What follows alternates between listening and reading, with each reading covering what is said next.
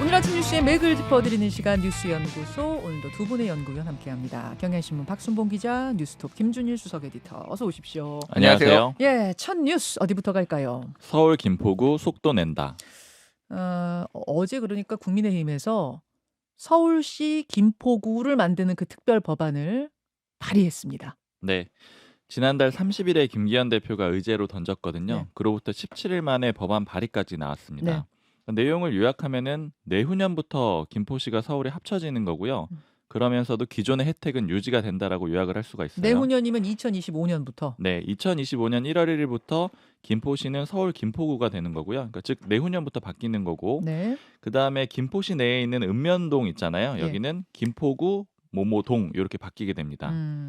그 두 번째로 김포시가 내에 이제 읍면이 있는데 여기가 여러 가지 좀 혜택들이 있었어요. 근데 이 혜택은 6년간, 즉 2030년 말까지 유지된다라는 건데 예를 들면은 농어촌 특별전형 이런 데 혜택이 있었거든요. 맞아요. 대학 입시 문제와 관련된 혜택이 있었고 예. 그다음에 세제 감면 혜택도 있었거든요. 뭐 예. 등록 면허세, 재산세, 양도소득세 조금 깎아주는 게 있었는데 처음에 합쳐진다라고 하니까 이제 뭐 환영하는 사람도 있었지만 이런 혜택 이제 중요하게 생각했던 사람들은 불만이 있었는데 이 불만을 좀 누그러뜨리기 위한 그런 조치라고 보시면 되고요.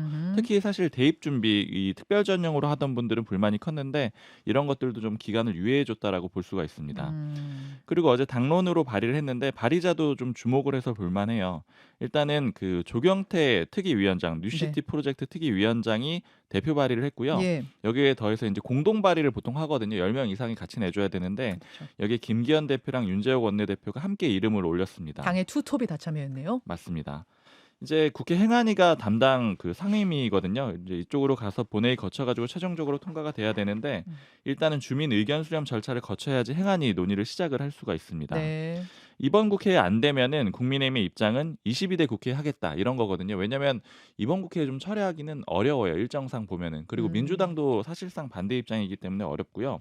그리고 추진을 할 때 구리시, 하남 이런 이제 서울에 인접한 3-4개 도시가 있거든요. 네. 여기도 포함을 할 거고 또 부산, 경남 메가시티도 향후에 추진을 하겠다 이런 입장입니다. 예. 그러니까 총선이 끝나고 나서도 이 이슈를 계속 가져가겠다 얘기하면서 어제 국회로 공을 넘긴 겁니다. 발의가 됐습니다.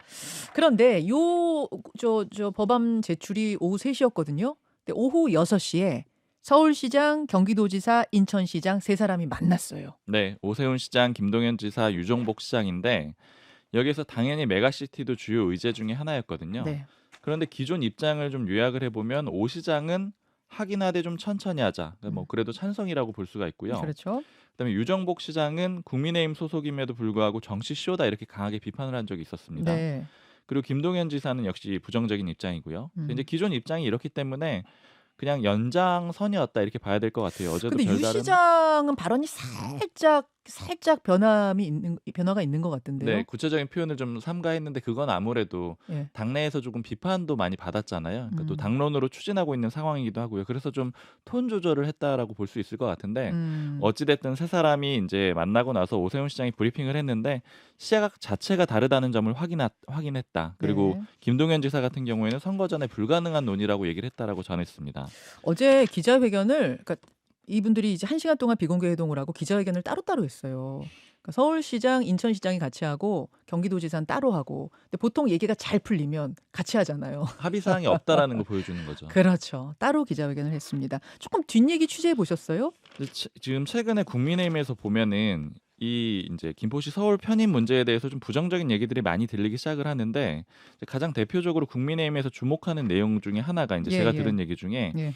이 지난 화요일에 국무회의가 있었거든요. 예. 매주 화요일에 있는데 이제 윤석열 대통령이 당시에 공매도 이거 필요하다라고 강조를 하면서 민생 대책들을 쭉 나열을 합니다. 뭐 재난지원금 환수 면제라던가 뭐 가계통신비 부담 완화 이런 것들을 쭉 얘기를 하는데 여기에 신기하게도 김포시 서울 편입은 안 들어가 있어요. 아. 그러니까 이게 왜 안 들어가 있느냐 요거에 대해서 이제 국민의힘에서 좀 말들이 있고요. 예. 그러니까 이게 결국에는 이 김포시 서울 편입 문제가 아무래도 여론도 썩 좋지가 않고 그다음에 이게 또 김기현 대표 체제에 대한 신임 문제랑 연결되는 게 아니냐 이런 해석들이 있는데 일단 어제 뭐 관계자랑 얘기를 해보니까 네. 여론이 안 좋으니까 대통령 쪽에서 발을 뺄 수는 있는데 다만 이제 소위 말하는 그 친윤 그룹 의원들이 처음에 용산이랑 교류해서 진행을 한 거기 때문에 뭐 음. 지도부 신임 문제랑 연결이 되진 않을 것 같다.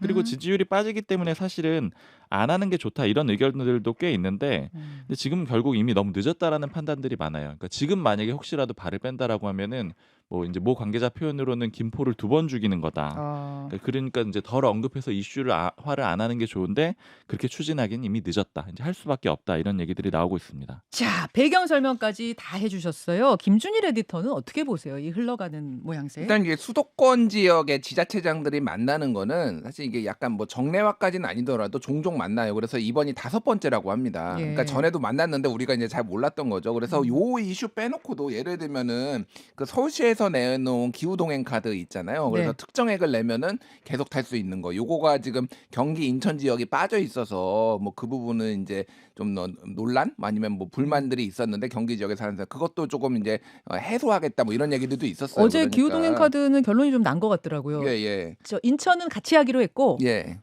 경기도는 같이 연구를 좀 더 해 보기로 했다. 예. 인천은 같이 하는 걸로 확정. 음. 그런데 이 경기도는 조금 더 공동 연구해 보겠다 요렇게.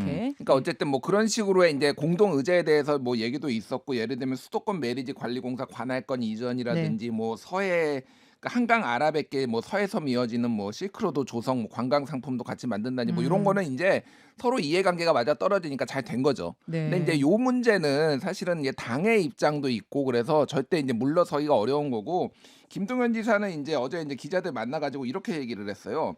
"바람과 함께 사라지다가 아니라 총선과 함께 사라질 이슈다." 음. 영화 바람과 함께 사라지다 빗대 가지고 이렇게 총선과 함께 사라지다. 예예.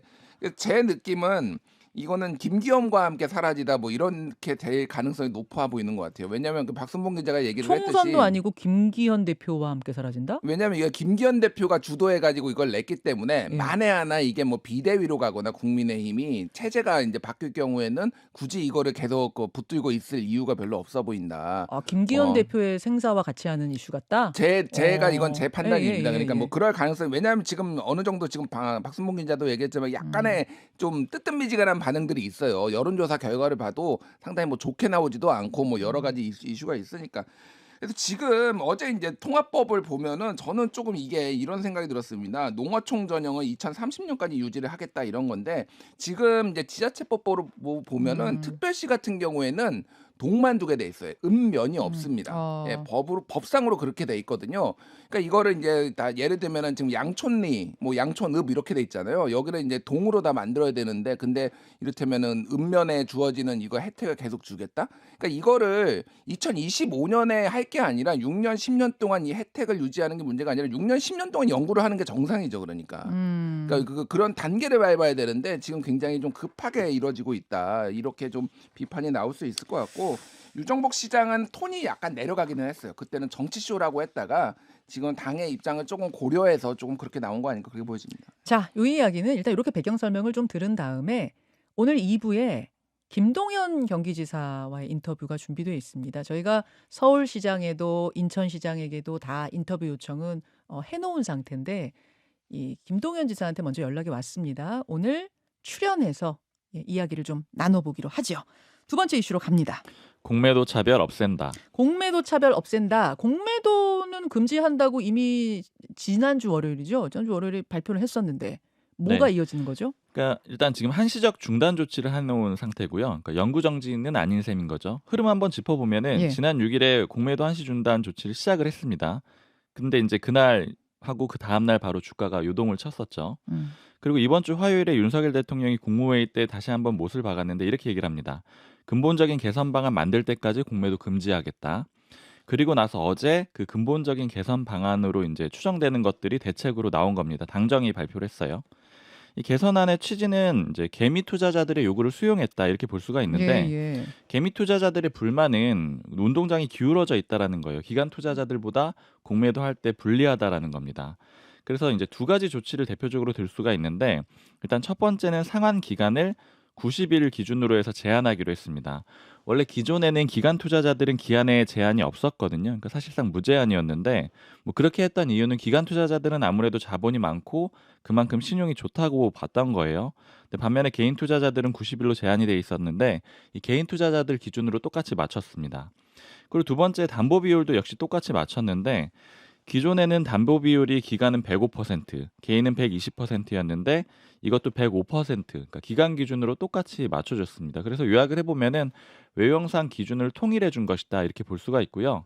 다만 문제는 이거 국제 기준에 안 맞는 거 아니냐 이런 얘기들이 쭉 있는데 왜냐하면 대표적으로 미국 같은 경우에는 이제 기관은 이제 공매도 할 때 거래 당사자 간에 자율적으로 하게 돼 있거든요. 네. 그러니까 뭐 비유를 하자면은 뭐 개인이 은행 가서 대출할 때 금리나 상환 기간 다 다르게 적용되잖아요. 그러니까 이런 방식으로 자율적으로 했는데 미국하고 다르게 한국은 이제 일정한 기준이 정해지게 되면은 이거 돈 빠져나가는 거 아니냐 이런 우려가 있는 겁니다. 네, 네.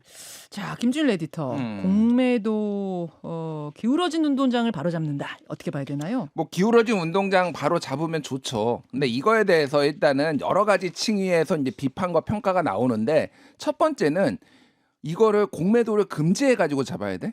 예를 들면은 이를테면 지금 저 주식 담보 비율이 개인은 120 그리고 기관이나 외국인은 105%니까 그러면은 기관이나 105 그 기관에 맞춰 가지고 105%도 개인도 맞춘다. 이렇게 하는 거는 공매도 금지하고 아무 상관없어요. 그냥 내년 6월부터 그렇게 하겠습니다라고 발표하면 되는 겁니다.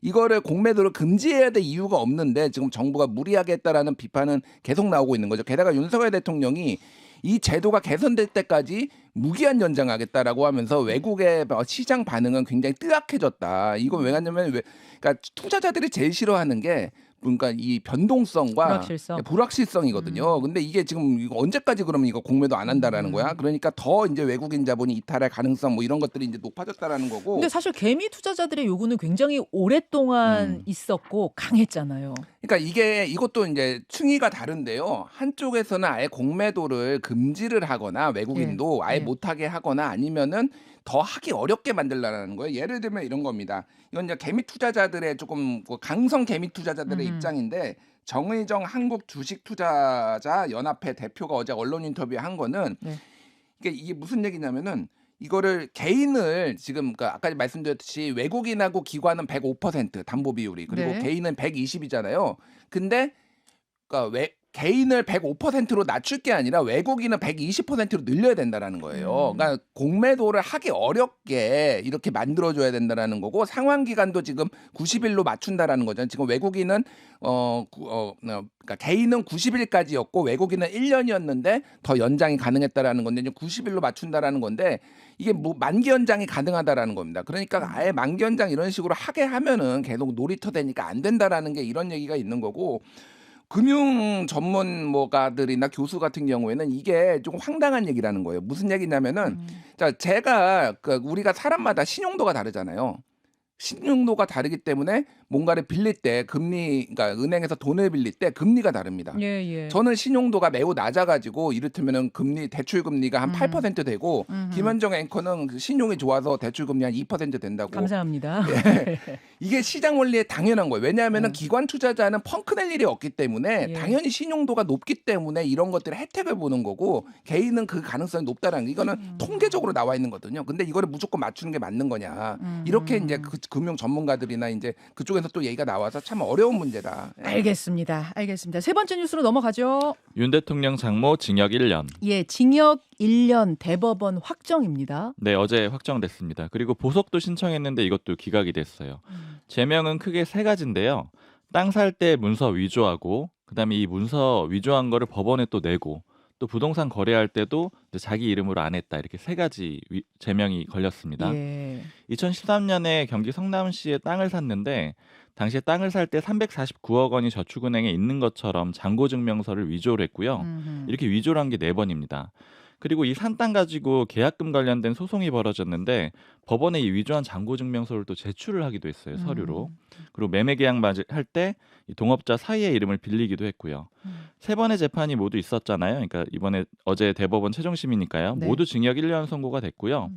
처음에는 구속은 면했는데 항소심에서는 법정 구속이 되기도 했고요. 당시에 그렇죠. 특히 인제 이 최은순 씨가 동업자한테 속아서 "억울하다. 여기서 음. 죽어버리겠다." 이렇게 얘기를 하면서 쓰러진 바도 있었습니다. 네, 네. 가석방이나 사면이 안 되면은 내년 7월까지 수감 생활이 이어지게 됩니다. 여기까지 보겠습니다. 두 분 수고하셨습니다. 감사합니다. 김현정의 뉴스쇼는 시청자 여러분의 참여를 기다립니다. 구독과 좋아요, 댓글 잊지 않으셨죠? 알림 설정을 해두시면 평일 아침 7시 20분 실시간 라이브도 참여하실 수 있습니다.